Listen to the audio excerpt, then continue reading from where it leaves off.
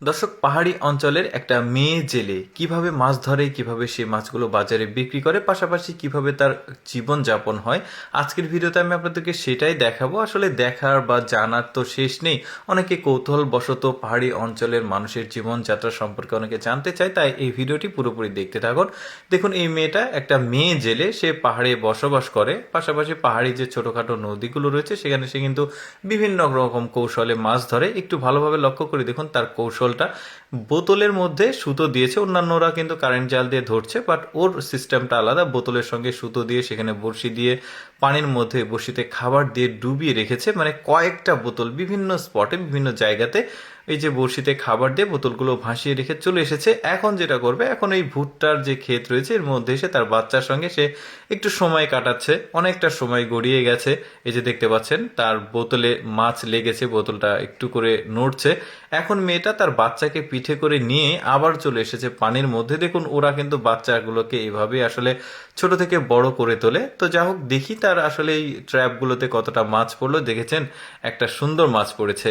এই যে বোতলের মুখের সঙ্গে বেঁধে রেখেছে দড়িটা, দড়ির সাথে নিচে 2 হাত নিচে বড়শি দেওয়া আছে। এখন যে মাছগুলো ওই বড়শির টোপ খেতে এসে আটকে গেছে, এখন সে ঘুরে ঘুরে সব জায়গায় দেখে নিচ্ছে তার কয়টা বোতলে মাছ কয়টা লেগেছে। এই যে দেখতে পাচ্ছেন, সে কিন্তু মাছগুলো বাজারে নিয়ে গিয়ে বিক্রয় করবে, বিক্রয় করে তার সংসার চলবে আর কি।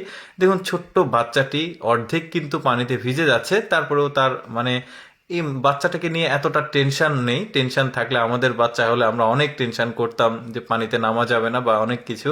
বাট ওরা দেখুন ছোটবেলা থেকেই মানে জীবনের সঙ্গে যতটুকু আসলে মানিয়ে নেওয়া যায়, মানে প্রতিকূল যে পরিবেশ সেই সম্পর্কে কিন্তু তাদের যথেষ্ট পরিমাণে আসলে প্র্যাকটিসটা হয়ে যায়।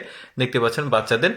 তো যাই হোক, এটা আবার মাগুর মাছ, বেশ মানে কার্ফু জাতের মাছ ধরেছে, পাশাপাশি মাগুর মাছ ধরেছে। এই মাছগুলো নিয়ে তার বাচ্চাকে নিয়ে এখন সেখান থেকে উঠে যাবে।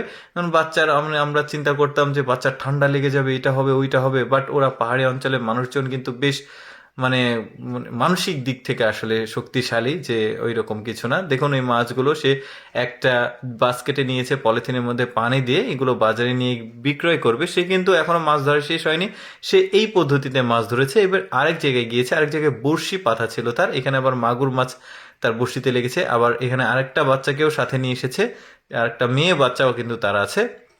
দেখুন, এখানেও কিন্তু 2 রকম মাছ ধরেছে। এই যে বাচ্চাগুলো খুব মজা করে খেলছে, এই যে বড়শির সঙ্গে দেখুন মাছগুলো বেঁধেছে।